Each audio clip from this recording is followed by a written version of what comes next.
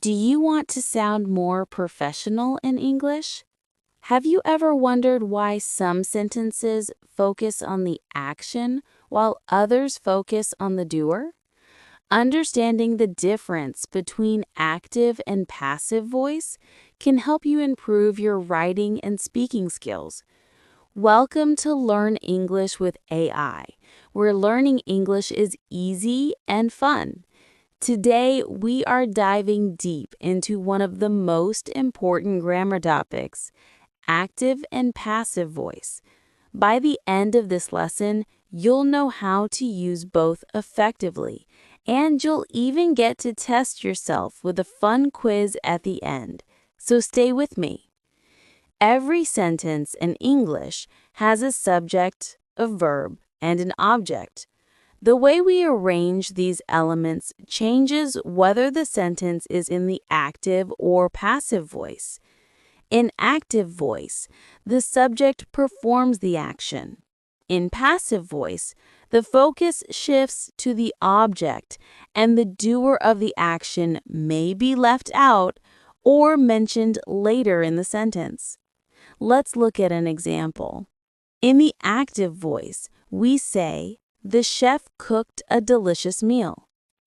Here, the chef is the subject, cooked is the verb, and a delicious meal is the object. But what if we want to focus on the meal rather than the chef? That's where the passive voice comes in. The sentence becomes, "A delicious meal was cooked by the chef." The object, a delicious meal, moves to the front, and we use the verb was cooked to show that the action happened to the meal.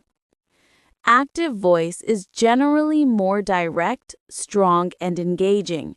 That's why it's preferred in most writing, especially in storytelling, business communication, and casual conversations. For example, "The company launched a new product" sounds more confident than "a new product was launched by the company." In academic writing, scientific reports, or formal documents, passive voice is often used to emphasize results rather than the person performing the action.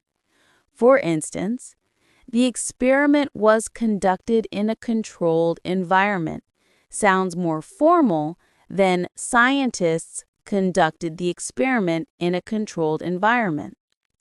Passive voice is formed using a form of the verb to be followed by the past participle of the main verb. Let's look at different tenses in both active and passive voice.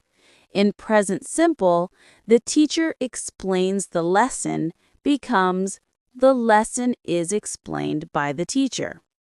In past simple, "they built the house last year" changes to "the house was built last year." For future simple, "she will complete the project soon" turns into "the project will be completed soon." In present continuous, "they are painting the walls" becomes "the walls are being painted." In past continuous, "the police were investigating the case" changes to "the case was being investigated." In present perfect, "he has written a novel" turns into "a novel has been written by him." In past perfect, "they had finished the assignment before the deadline" becomes "the assignment had been finished before the deadline." There are situations where passive voice is more appropriate than active voice. If the doer of the action is unknown, unimportant, or obvious, passive voice is preferred. For example, "the window was broken" does not specify who broke it, but it conveys the necessary information. Similarly, in formal or professional settings, passive voice helps maintain a neutral tone. "Mistakes were made" sounds less accusatory than "you made mistakes." To make sentences more engaging, writers often avoid passive voice unless necessary.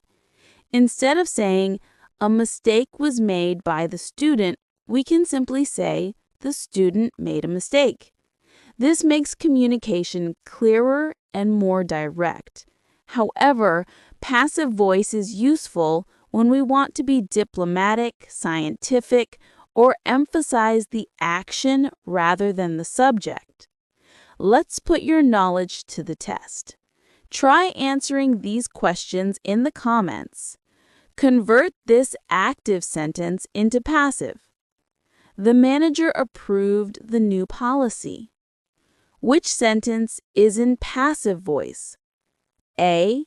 The scientist discovered a new planet. B. A new planet was discovered by the scientist. Rewrite this passive sentence into active voice.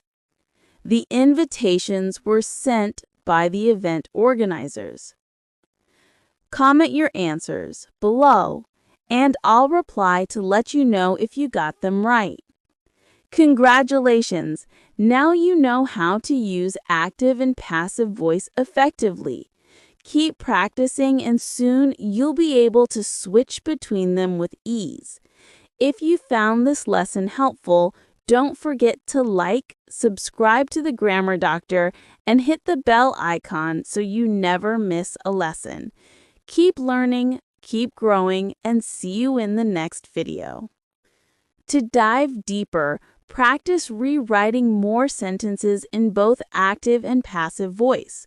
Try writing a short paragraph and changing it from active to passive, then back again. The more you practice, the easier it becomes. Also, look at newspapers, books, or articles and try to identify whether the sentences are in active or passive voice.